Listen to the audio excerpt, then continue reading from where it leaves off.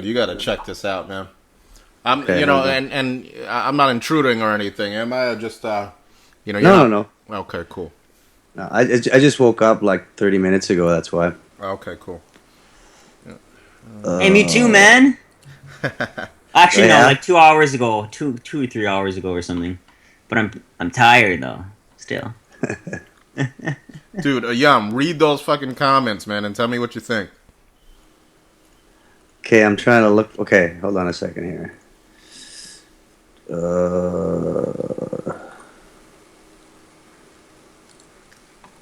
The conservative woman. Wow. Sounds fun. Sign me up, man. Oh, this is a UK conservative. Yeah, yeah.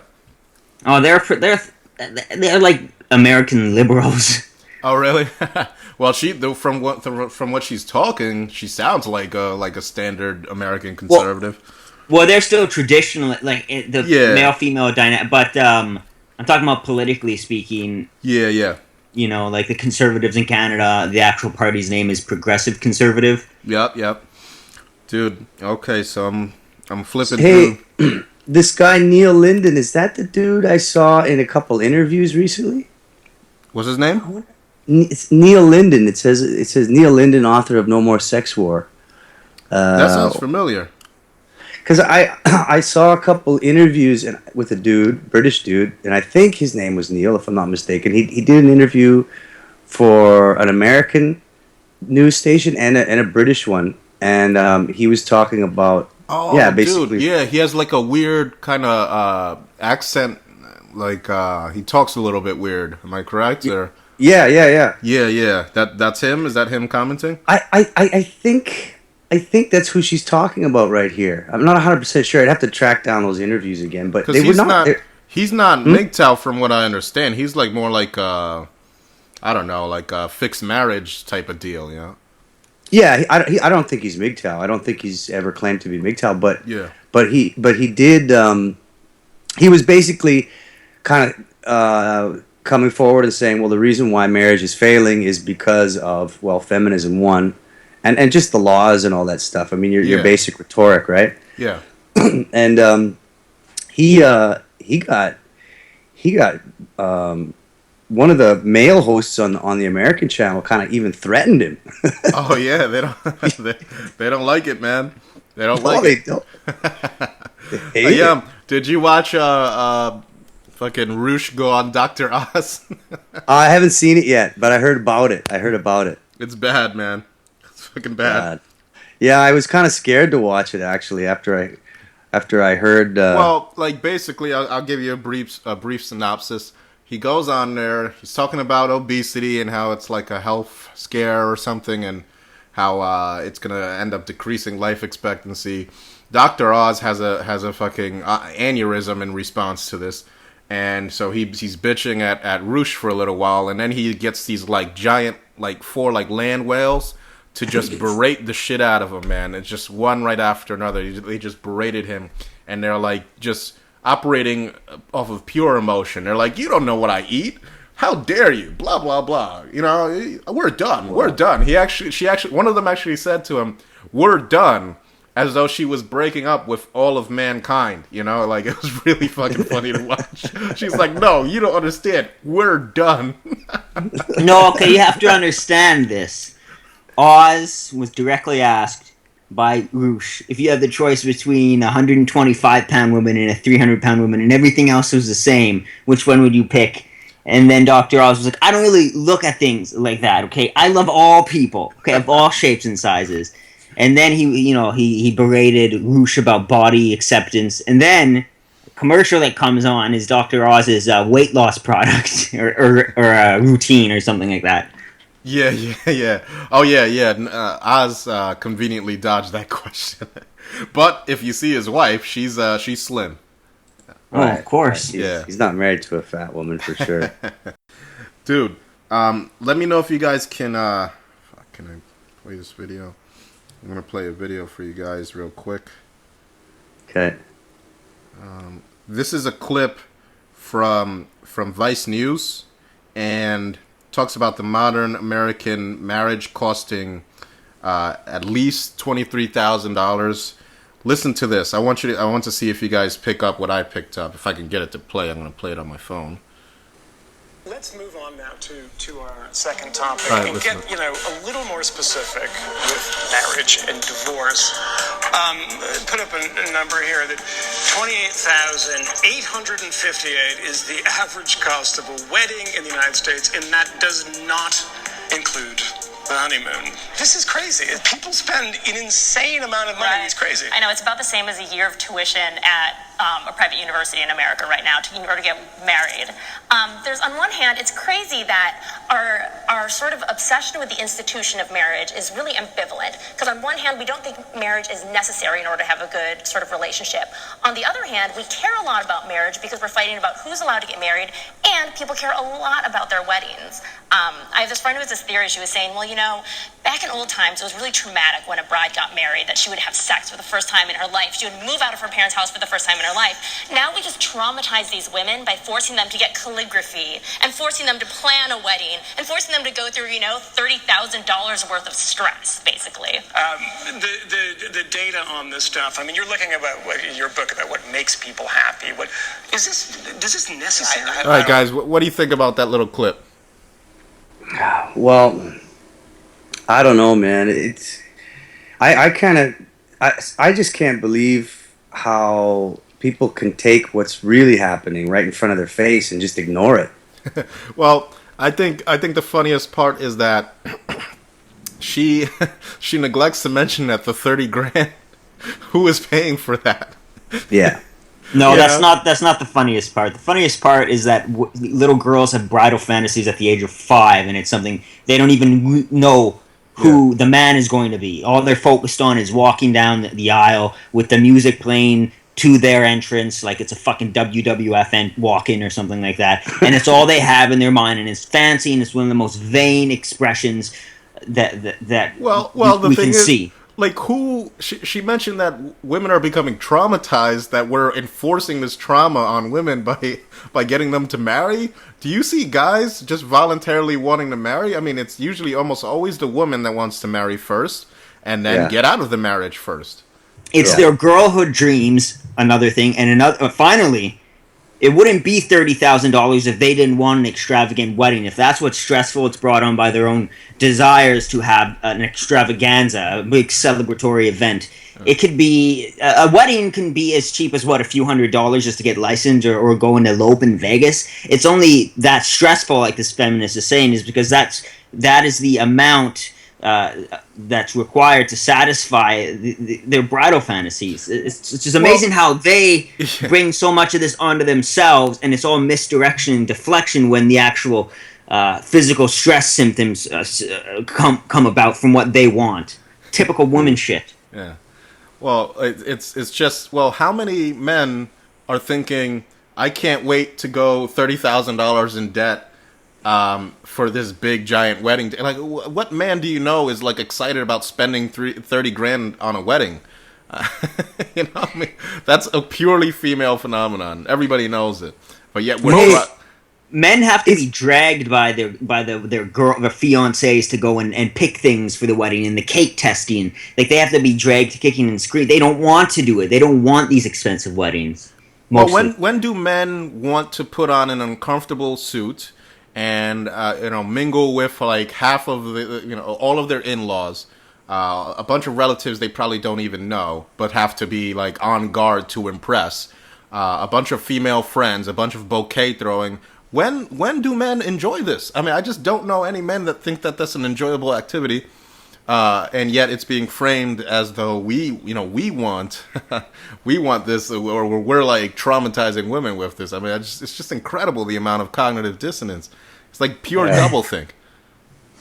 Hey, I could be wrong, but I thought I heard that it was traditionally, at least your traditional North American wedding. I don't know. The groom's parents pay for the wedding. I thought it was the bride's parents. The dowry. I thought that was more in like India, and there was like a dowry system. But usually from what I understand, like a lot of times it's like a combination of of the parents and the husband that are like shouldering that burden. Yeah, exactly. Yeah. But like, I mean, honestly, how many American women do you know that are going to fork out 30 grand of their own money for a wedding? No, they're going to borrow the husband's credit card. Yeah. Because I think I've been to 1 or 2 weddings in my life, like North American weddings, and they were both my cousins, my older female cousins.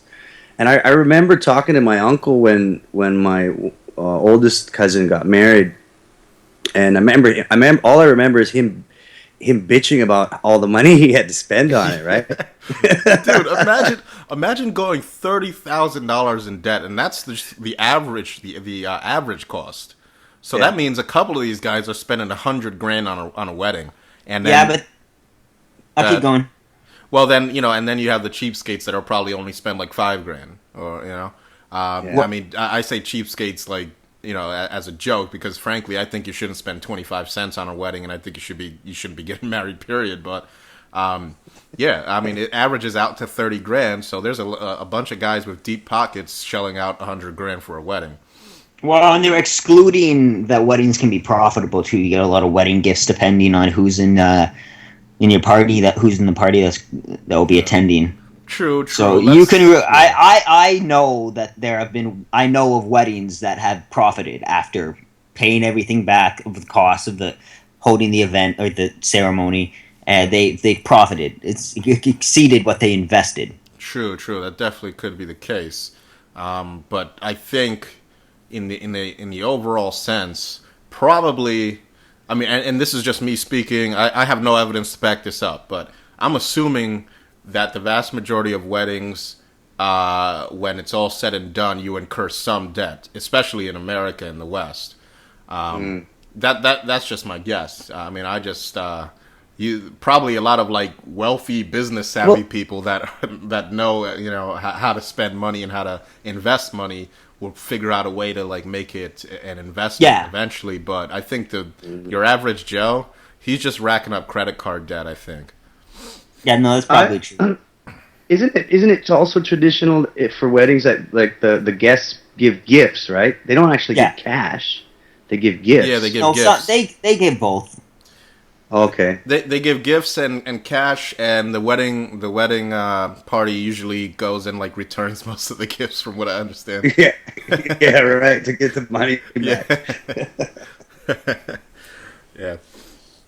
But yeah, man, it's just I just find it crazy. But have you guys checked out this article at all? Yeah, I went through it, and I was also looking at the comments too. Yeah. Let's see here. Let's try to see if I can find the choice bits. One guy, this is a choice bit right here, you guys. This guy, he says, "Sad to see, MGTOW. I'm married to a wonderful Vietnamese woman. Most Vietnamese women have a job, their own money, friends, family, their own transport, normally a motorbike that they bought and paid for, all done against the backdrop of a male-dominated society. So that makes them the ultimate feminist freedom fighters, right? Well, no. And then it goes into this, they don't have this feminist sense of entitlement. Feminist sense of entitlement, I'm sorry, feminist? Well, dude, do you remember, oh man, have you ever heard of Roy Den Hollander? He was like a lawyer who tried to sue sue the United States government for the Violence Against Women's Act. This was a few years ago, and so apparently there's this clause in the Violence Against Women's Act that allows for women that are coming to America on a visa in hopes of marrying an American citizen. There's this clause in the Violence Against Women's Act that if they decide, if they like accuse him of abusing her, domestic violence or anything like that, she's like automatically granted a green card and given like I don't know the exact details, but it was like some kind of path to citizenship. And but I think, and I'm not going to say for sure, but I think there's actually some clauses in there that say she has to sign a restraining order and then she gets a green card. It's just all sorts of fucked up. And it's not surprising, man. Yeah. You know what? Let me see. The reason I say that is because like even here, if you're a foreigner coming here and you get married, when I got married, being a husband to a natural born Indonesian gave me zero rights here. Nothing. It didn't allow me to own property. It didn't allow me to become a citizen. It didn't allow me anything. And then, but if a foreign woman comes here and she marries a natural born Indonesian man, she automatically can get a sort of equivalent of a temporary citizenship and be able to work under a visa from her husband. Yeah. So if you're a man, you're basically fucked with if even though your wife is from here, you have to. I mean, there were instances where if the husbands didn't have a proper work contract, the country they get kicked out. Yeah. Even though they had a fucking family here, man. It's just insane. Yeah, yeah. And it used to be that even the kids, even if your children automatically become the citizenship of the father. Okay, so like if you're from America, you marry a woman here. When your kids are born, they're automatically American citizens. And then because of that, and because of the way the laws were at that time, your own children had to constantly go and update your own children's visas like every few months. Wow.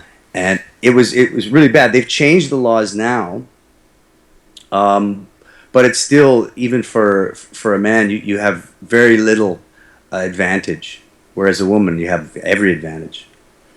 Okay, hold on. I think I found something here. Let me read you guys this. Okay. All right. So this is from I'll give you guys the link in a second, but it's the U.S. Citizenship and Immigration Services .gov, www.uscis.gov, and it's a PDF, and it says in regards to the Violence Against Women's Act, there's like bullet points, and it says Violence Against Women Act, bullet point, provides immigration relief to victims of domestic violence. Then in another bullet point, it says Congress recognized that immigrant victims of domestic violence may remain in an abusive relationship because immigration status is often tied to their abuser. And it says Vawa is a self-petitioning relief that removes control from the abuser and allows the victim to submit his or her own application that is filed without the abuser's knowledge or consent. Then it says in a bullet point who qualifies. It says who may file. Spouses, the abused spouse of a USC/LPR, I don't know what that means, child may be included as a derivative beneficiary, and then the children, and then the parents, and then it says the requirements, and then the benefits.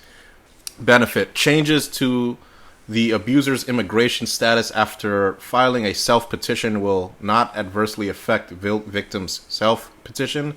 And then after the approval, can be placed in deferred action to prevent removal from the U.S., can work in the U.S., remarriage of the VAWA self-petitioner after approval of the self-petition is not grounds for revocation for the approved self-petition, can adjust status to lawful permanent resident. So there you go. Wow, man. Yeah. Pretty fucking crazy, isn't it? So I mean, that's just more incentive for a woman to be batshit insane. Well, that's what actually happened to this Roy Den Hollander individual. Apparently, he had like I don't know if it was I think it was a Russian bride, like a mail order bride, and she like was poisoning him, like poisoning his food, and eventually, yeah, like it was some crazy shit, man. And she's like like poisoning his food or something, or at least that's the accusation that he was leveling at her, and also she eventually, through this VAWA clause, divorced him and gained like legal status as a permanent resident or something along those lines. I did an interview with him not too long ago, well, a couple years ago. Man, I should probably get back in contact with him. Well, you know, another thing I'll from the article that I noticed is they're bringing up the whole argument that if men go their own way, then the human race will become extinct bullshit. Yeah. Dude, that's like the meme that never dies, isn't it? I know, man. I've heard people say that so many times. Like, well, you're just if you don't get married and if all the men went their own way, then society would die. Well, What the fuck? look, people aren't going to stop having kids if we do away with marriage. No, they're not. They're not going to stop having kids, and there's always going to be people getting married anyway, regardless. It's a big fucking world. I mean, a lot of the first, I guess, industrialized nations, if you want to call them that, Western countries, their population index, their numbers are going down, right? Yeah. Overall. But, I mean, you still, like, you got to consider places like here, like India, Southeast Asia, a lot of Muslim countries, they're multiplying like nobody's business. Oh, yeah, absolutely. Jesus, man, this lady...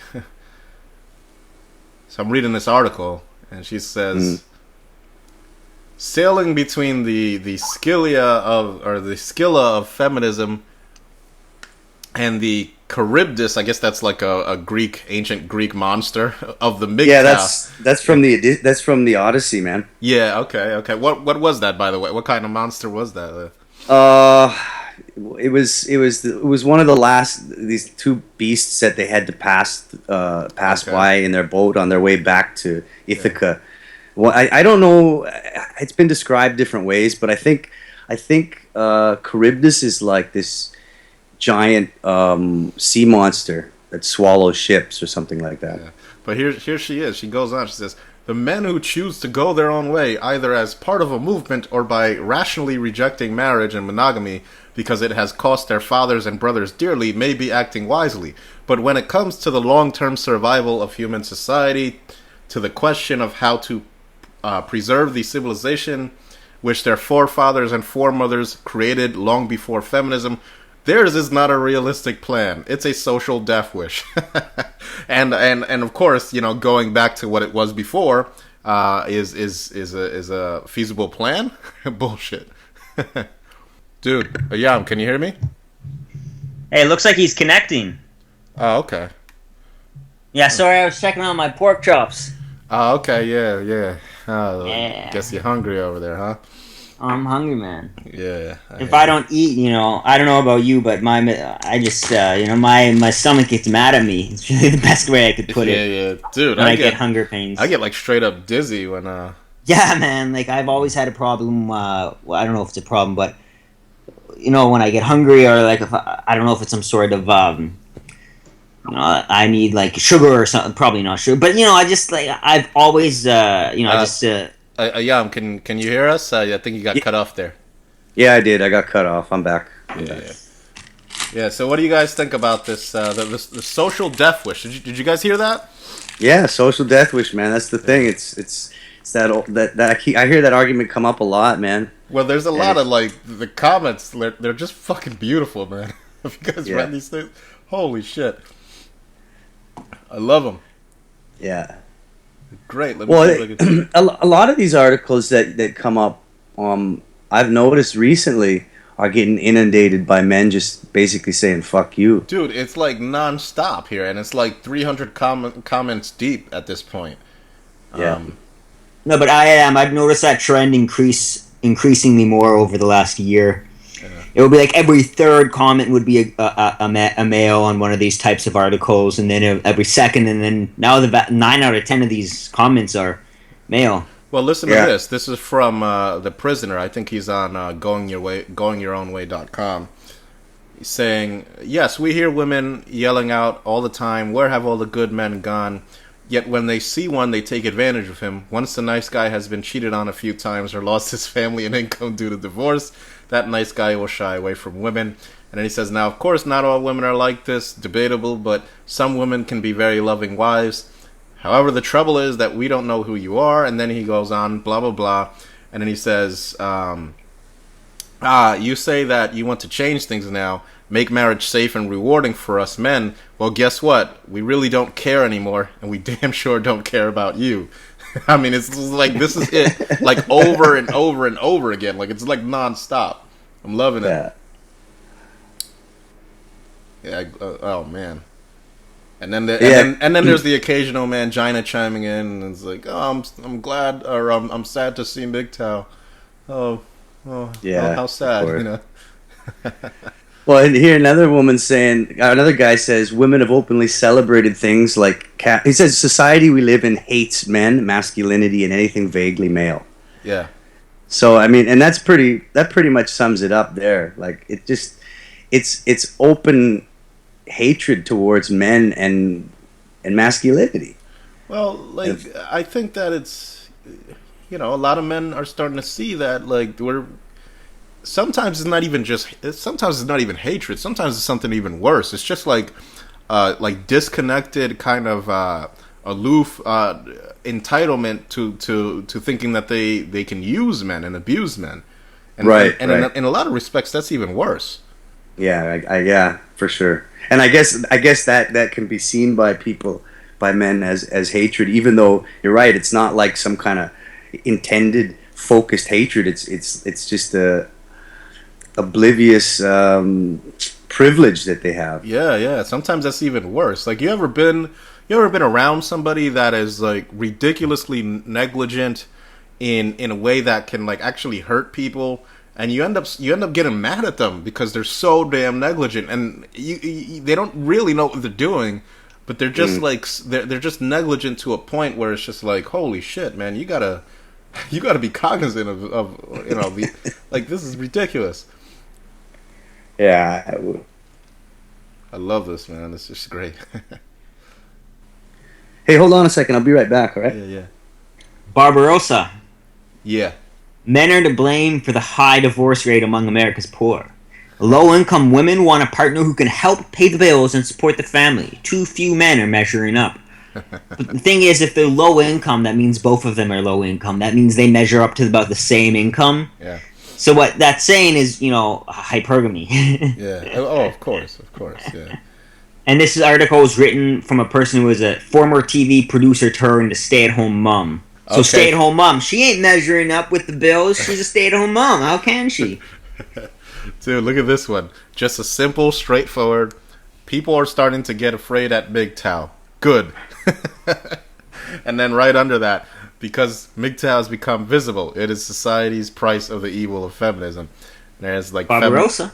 Yeah. Can you hear me? Dude, Neo, can you hear me? Yeah, because MGTOW's what?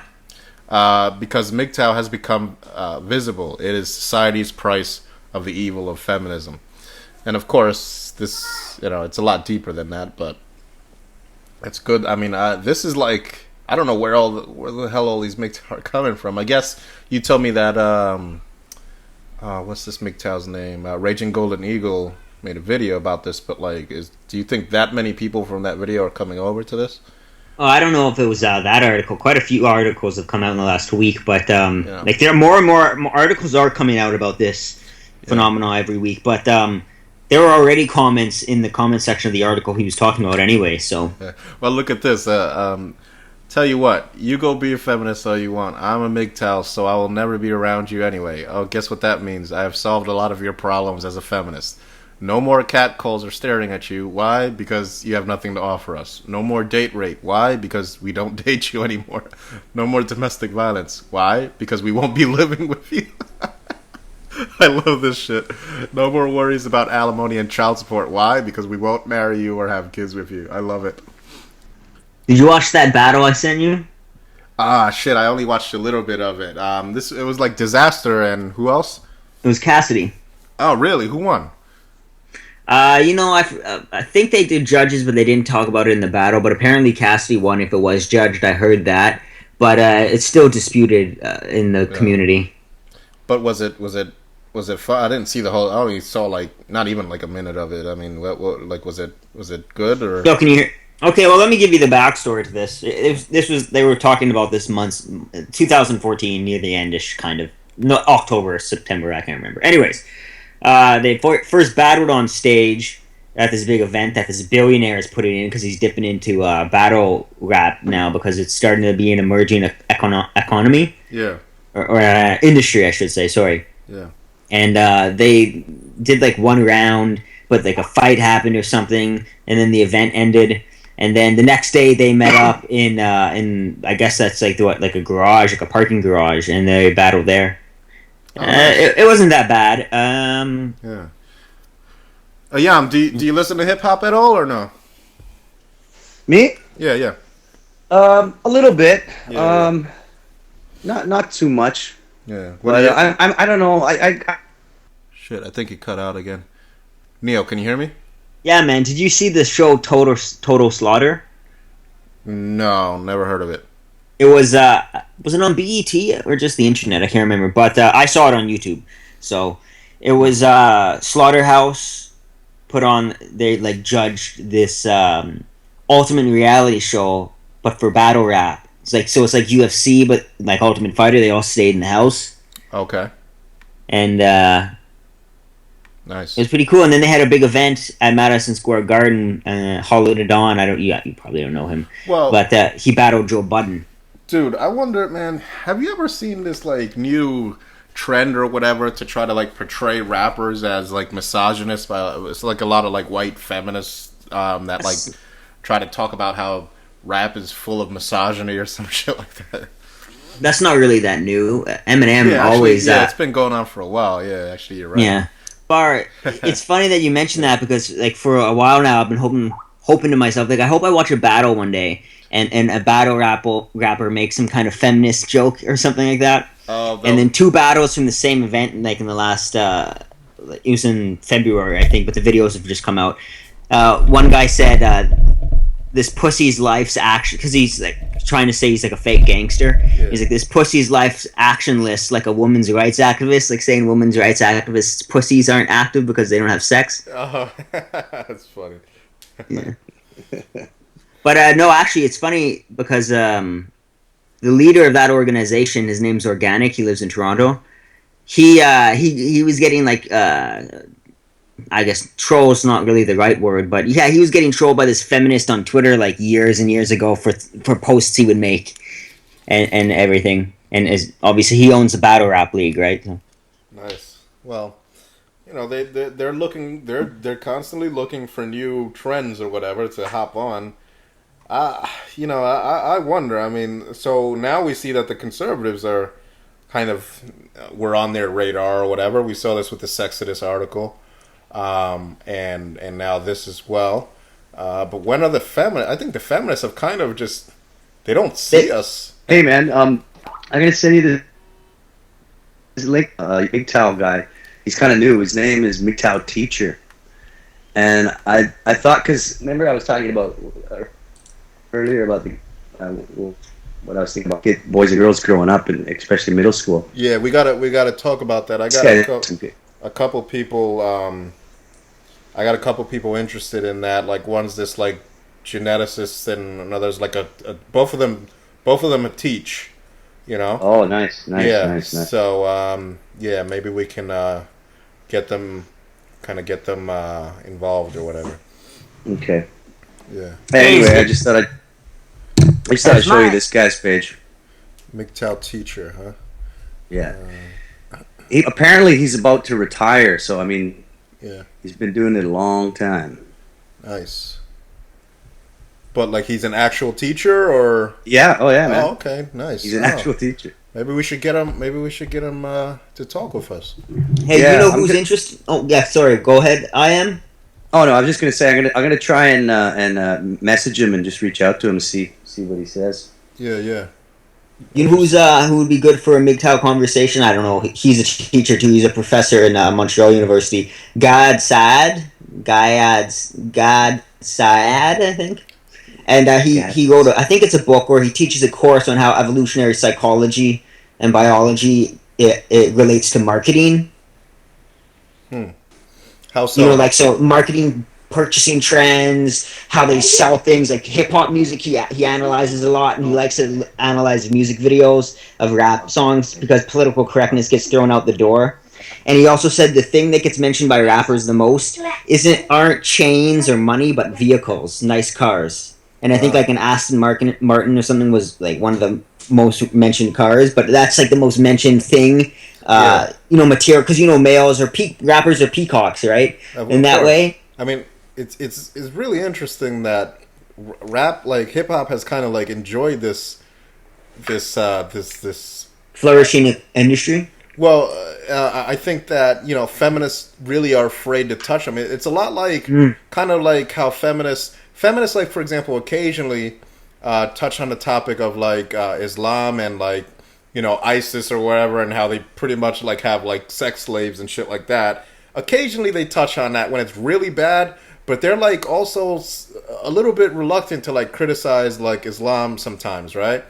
And I think hip hop is the same way. Like they kind of enjoy this insulation from feminist criticism. Hypergamy, quite frankly, in male status. I mean, Well, hip hop is generally like a lot of like African American, like black people or whatever in the United States. So they, feminists, even though they're virulently racist, they won't outwardly criticize like the African American community because. Oh, wait a second. No, you know what? That answer I gave about status and hypergamy was with every non-feminist, I guess. But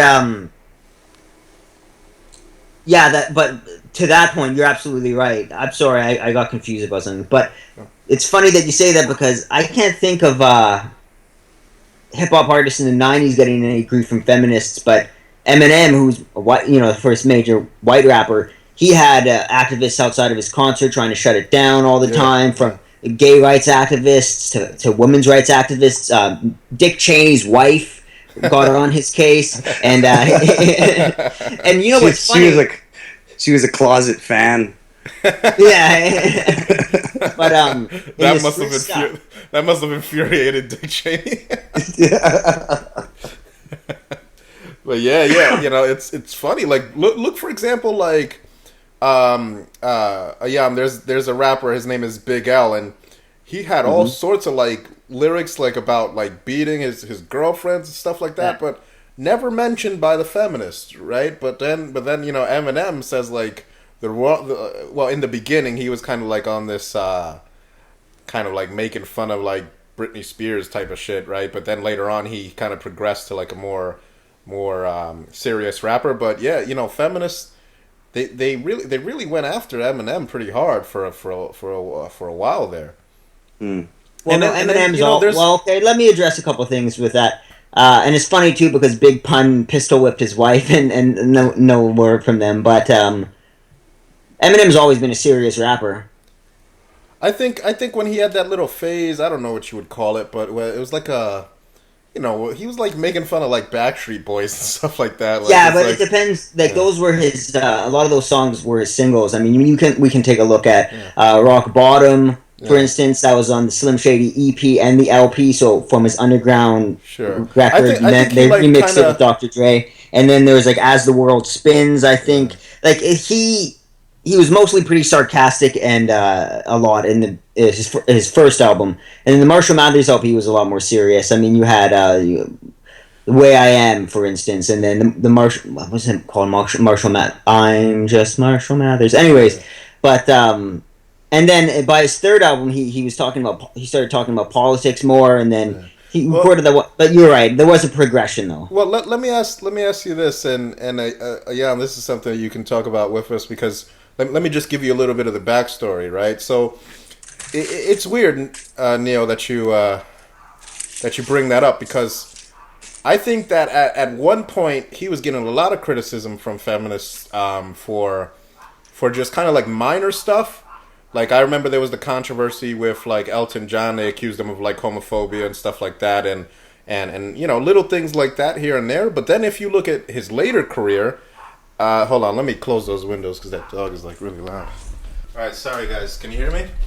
Yeah. Yep. Yeah, but then, like, if you look at, like, his later career, right, as his career was progressing a little bit further, he uploaded some shit that I thought...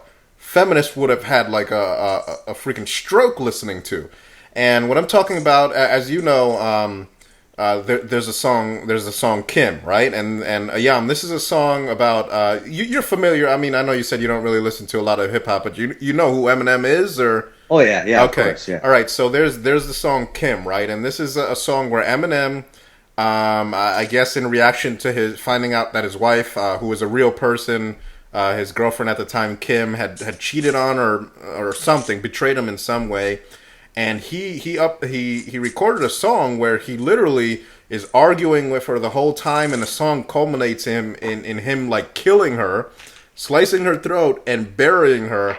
Right, and feminists in the forest. They didn't say anything about that. I was shocked. And, well, no, that's not true. The first time he did that was in his first professionally produced album, Slim Shady LP, where he with his daughter, just the two of us, like drives to the beach with his daughter, and then like she's in the trunk, like the mother is in the trunk, and then he like floats, he like drowns, like, he sends her off to see her body while he's like playing with his kid. Okay. So that was in his first, but he did get a lot of backlash from Gloria Steinem, for instance, and a lot of feminists. Yeah, and from Dick Cheney's wife, who's a feminist.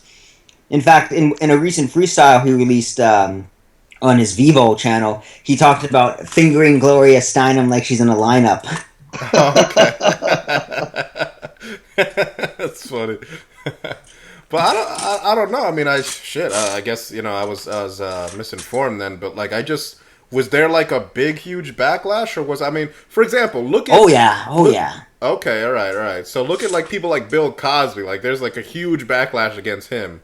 But like Eminem, then again, that was uploaded when social media wasn't that huge. I mean, I think that was back in the MySpace days, no? That would have been before MySpace. That would have been like 2002, 2002, now, he also 2001. had a song with Rihanna where he talked about like tying her up and burning the house down while she's in it. Like, women love that song. That's one of his most popular songs. Like, that video has like 700 million views or something. Yeah, and notice how like I think out of all of his songs, that's the song that like women like the most from his songs. Like, a lot of women like that song. And that's what I meant when I said he can get away hypergamy and female hypergamy and male status. That's why he can get away with saying that, right? Yeah, well, yeah, he is true. There's probably some element to the fact that he's a superstar, and a lot of women probably want him, and so they kind of just do like a little bit of double think and just kind of brush that off, and it's just like, oh, that's just passion talking. Well, no, it's because other males' value wouldn't increase theirs or something. Males can get away with pretty much whatever they want if their value and their status. If they have that much to offer females. Like, look, not Sting, the guy from Guns N' Roses used to beat his girlfriend in public or something like that, and he still had a bunch of groupies. That's what I'm saying. That's what I'm saying is that due to Eminem's status and the fact that probably tons of girls want him, they're more than willing to like look past that. Yeah. Just, I'm talking about the girls. They pretend, oh, he was just kidding, and I'm sure he is just kidding. I mean, he's a rapper, and rappers say fantastical shit, of course. But if it was a low status man who said that, they'd call the police on him. Absolutely. But something else Eminem did from the Eminem show. He had Superman, which is the MGTOW theme song, I think. Barbarossa, have you heard Superman? Yeah. I remember that good song. Good MGTOW song. But he made a video with porn star Jenna Jameson, and there was a lot of nudity in it. They had to like pull that video, and it wound up on the 8 Mile DVD as an extra. But he got a bunch of kickback from women's rights activist groups and feminists for that video. Did he? I didn't know this. This. There's been like increasingly controversial videos. There's a lot of...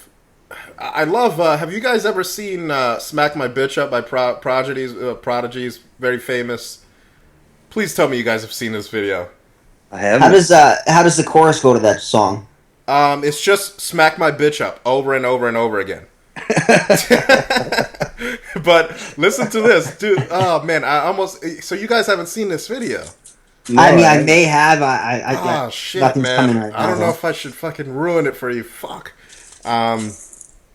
Screw it, man. I'm gonna do it. I mean, it's not the end of the world, but this was a brilliant video, and this was when, of course, remember, guys, I grew up in the Bronx, so I was like a child of like fatherlessness and ghetto thuggery. So I was, running around in the Bronx, like thugging and stuff, and so I didn't really get into like a lot of rock music or whatever.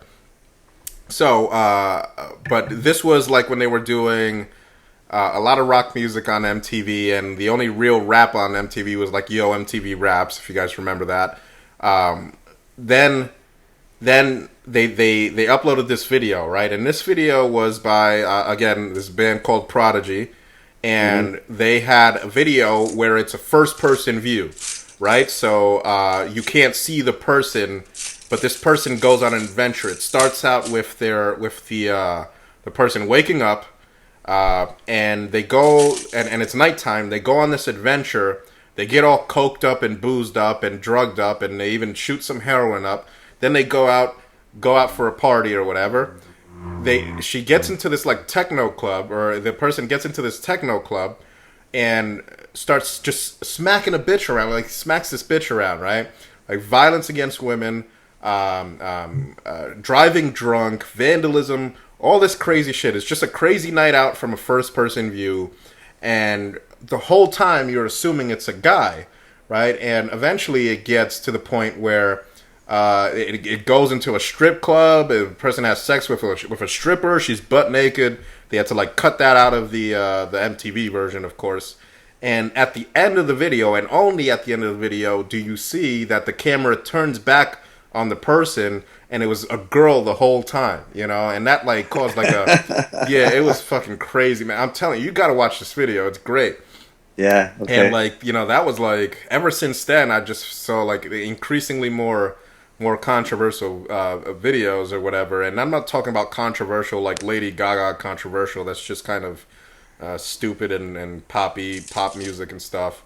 But this was like actual, in my opinion, this was like a really creative, well done video. It was like artwork, you know. But just you know, I love the gender assumptions that you make while watching that video. Because everybody assumed it was a guy. That was the whole beauty of the whole thing, is that when it turns around and you see this like 5'5" like pretty blonde girl, it's like holy fuck. And then you realize you realize this chick was drinking and driving, shooting up heroin, beating bitches up, you know. It was fucking crazy, man. Yeah, that's interesting. What does that say about us, though? Well, what does it say about how we view men, though, right? It says everything you need to know. Yeah, exactly. Yeah. Right? I mean, we view violence as a male characteristic. Yeah. All recklessness, all risk taking, really, and that's true. As a matter of fact, for the most part, you know, for the longest time, males were selected off risk taking, or that was a trait a lot of them needed to have, and females needed to be adverse to risk taking. You know, because they technically speaking, why do we associate infantile like characteristics to females? Well, when pregnant, like 10,000 years ago, 1,000 generations ago, however long, you had to protect a pregnant female like you'd be protecting a baby, because they're one and the same at that point when they're pregnant. So they had to be adverse to taking risks. Yeah.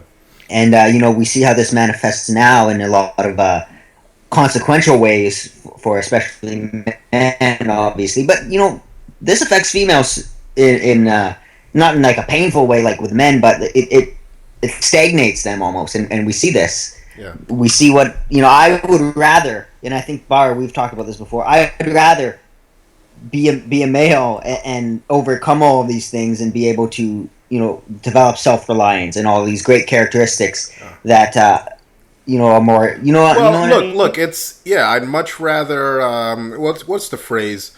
The unclouded eye is better no matter what it sees.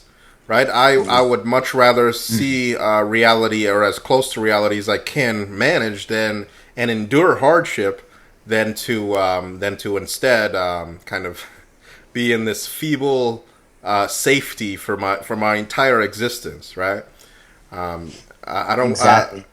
You have to take risks and you have to endure more hardship, and there's a little bit more danger involved in being a male, but I wouldn't trade it for the world. I'll tell you that. Yeah. Exactly. You know what I was thinking of last night?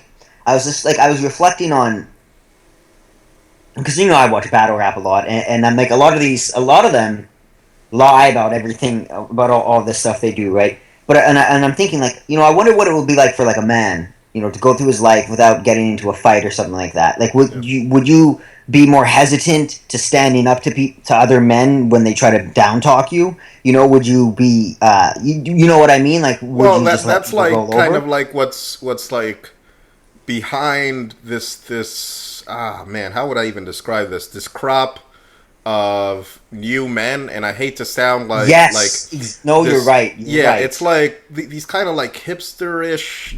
Oh man, you know who I'm talking about. I know who you're talking about, and this is a who have never and again, violence is wrong. Violence is wrong, but I think at an early age, if I was in charge of the youth of America, specifically boys, I'd put them in a boxing ring with each other. Yes. Right? So that they can experience a punch to the face without danger, without knowing that, there's danger.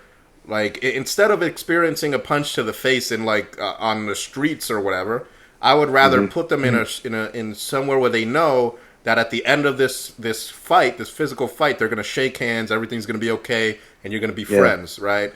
But like a lot of this new generation of boys, and I hate to sound like this. I know I sound like some kind of tradcon right now, but they've never gotten into a fight, so they don't. And you learn a lot about yourself psychologically speaking when you take a punch. You don't just learn about yourself. You learn about your opponents. You learn how to measure a man, to listen to notice signs. You observe his demeanor, his tone of voice, how he postures around, whatever, and then you can use that and you can analyze it, interpret his the characteristics, and know what your limits are and what his capability may be.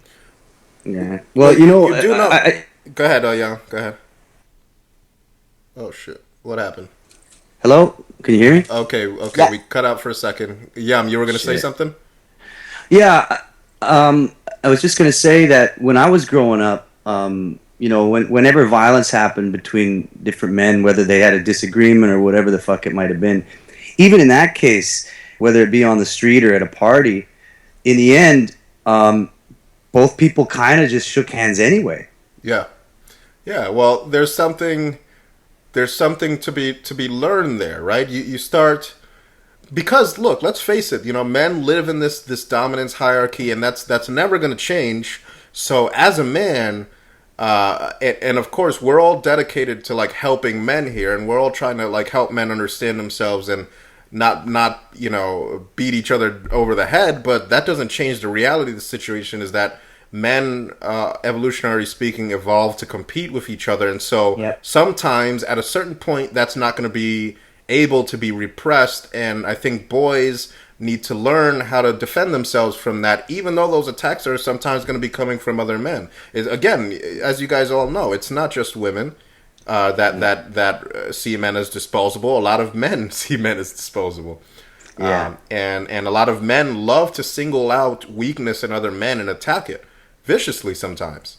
I often wonder, do men view other men as more disposable than women view men? Because we're in direct competition. We have to see them as more disposable. We have to dispose of them. We're the ones disposing of the men, right? Or males are disposing of other males. Females don't often dispose of males in war, for instance. Yeah. So we have to have that mechanism in place to be able to do that. Well, we come from a very violent past. I mean, what our history is violent, extremely violent. Yeah, that's true, man. Look, go ahead, Ayam. I was just going to say taking it from my own experience as growing up, a lot of the violence that I experienced with other men, I think a majority of the time it's because there was a woman involved somehow, some way. Yeah. It's happened to me before. Like, woman's giving you all the attention, and they're not getting it, or something like that, and then violence breaks out. I've seen that a lot, man. Just go to any nightclub, and you always see PUAs PUAs who didn't manage to run their game that night. They always end up fighting other males. It's either they go home fucking or they go home fighting. Fucking, go out fighting. Dude, that's a PUA slogan right there, eh? Go out fighting, or go out fucking, or go out fighting. Because they're fucking cavemen. Yeah. Yeah, okay. I just messaged Spetsnaz. Let me message. But dude, I sent you guys, you and Ayam, the the video I was talking about, the smack my bitch up video. Do you see it? Let me check here. What are you looking at? Yeah, I sent you guys that video I was talking about just now. Yeah. You see it? I watched it with the sound off while yeah. you were describing it. Yeah, It it's was- pretty fucking crazy, isn't it? yeah, man. I was thinking we should just like kind of like live blog, like play it and just kind of like give a reaction to it while it's playing, you know? Yeah, man. It's funny. I don't know why I never heard of that, because that's pretty old, eh? Yeah, it's years old, but it's like a really famous, well-known video. MGTOW reacts to smack that bitch up. Yeah. Go ahead, you guys want to just play it all at the same time and just kind of like leave it on mute or whatever, Yeah. and we'll just watch it. Hold on here. I have to What's up, Neo? What's I have to going open it because I'm in Windows 8 and I'm on the touchscreen interface part right now, and it doesn't open up videos and. It's a pretty crazy video. I wish they had it in HD. Yeah. Well, this link I got says HD 720p. Oh, it does? Really? Yeah. Hold on a second. I'll put it there. Hold on. Okay. Smack my bitch up HD 720p. Let's see here. It's uncensored too. This one. Oh wow, yeah. Holy fuck, where'd you find this, dude? I don't know. It's just one of the ones I found when I typed it in. Good. All right, so we get to, because there's this like fucking ridiculously fucking hot stripper in this thing. So screw it, you know. HD is better in that case. Yeah. You're talking about the stripper or the main? No, the stripper chick. Stripper. Yeah. So Ayam, you like checked it out a little bit. Yeah. Yeah. Crazy shit, right? But I can see though. I mean, I could see how, watching it, if you're watching it for the first time, how you would be fooled. Oh yeah, absolutely. Well, it just tells you that, you know, the default status of the human condition, if witnessing an anonymous first-person view of violence, apparently is to assume it's male. Yeah. You know, and that says a lot. And look, we have a long history of like Genghis Khan, just destroying villages and shit. And I mean, it's in us. It's in us, and that may not be a pleasant thing to say and understand, but it's true. We've been violent for a very long time. And there she goes. Yeah. I just watched like a little clip. Holy shit! I mean, I completely forgot about this video. It's just like kind of popped in my head just now. Neo, you there? Neo? Yeah. Oh, you got it on? Yeah. The HD, yeah, man. The HD version. What's that? Did you get the HD version on, or? It's tough to say which version this one is. It's the last link I posted. It should be called. No, it's Well, if it's like hard for you to get the I have HD, the uncensored version. Yeah, both of them are uncensored. But if it's hard for you to get the, Ayam just sent us the HD version. If you want to see it in HD, if not, just play it regular. You know. But yeah, tell me when you guys are gonna. Good. Tell me when you guys are gonna play it. We'll just watch. We'll just kind of like. I've been playing it. Oh, you're playing it? Okay, cool. I'm playing it too. Well, see now, because it kind of sucks. Like, I ruined the surprise for you guys. But imagine if you were just seeing this. Okay, the person's shaving, right? Mm-hmm. You're gonna assume it's the face she's shaving. Exactly. Yeah. Exactly. You know, sometimes I kind of wonder. See, the only thing that gives it away is the pink bed. Right. The pink bed is the only hint, but like some guy who's like drinking and smacking bitches up in the club might have a pink satin bed sheet. Yeah. You know, Yeah, like right. sniffing some coke and drinking, and then going to drive. You know. Yeah. Oh, and get some Chinese food. Holy fuck, this is dangerous what this chick is doing.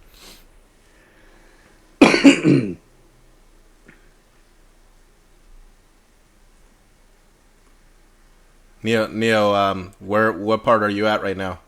Heroin. The heroin part. Look, she's so right. I'm watching. She sits down next to this chick. She's like groping the shit out of her. Climbing down the stairs, pushes some chick out of the way, and fondles her breast in the process. Yeah.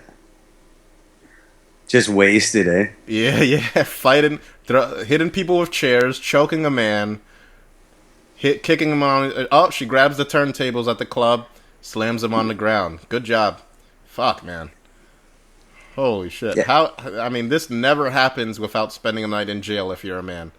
Oh, no, I know, man. Yeah. That's the other clue that gives it away. It's like, how come this person hasn't been arrested yet? Yeah. Breaks into the men's room as a woman, snatches a guy off the toilet, and pukes in it. Holy fuck. Yeah. Then it's kind of like going all psychedelic on us. What's going on? Pukes again. She even slaps the bouncer and doesn't get hit back. It's another. There she goes. Just pushing random strangers on the street. In a foray into the strip club. Now she goes into the den, the belly of the beast, where there's just naked bitches all around. More alcohol. Slaps away the pouring cup and just takes the bottle. Platinum blonde strippers are making their way. Chokes a bitch. What else? Yeah. What else? Uh-oh. Here Private dance. Private dancer with a stripper who has a Black Widow tattoo or something. And heavily intoxicated off of heroin, alcohol, and coke, they decide to drive now. Yeah. Leopard skin adorned stripper, and now for a joyride. Oh boy! Oh, holy wait, shit! Did they steal that car? Yeah, they stole it. Yep. So Grand Theft Auto, add that to the charges. They get back to the house for a little sexy time.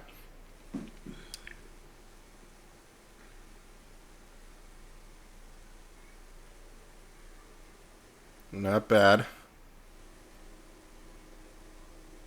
Oh no, it wasn't a Black Widow tattoo. It was like an ant or something. An ant, yeah, it's an ant.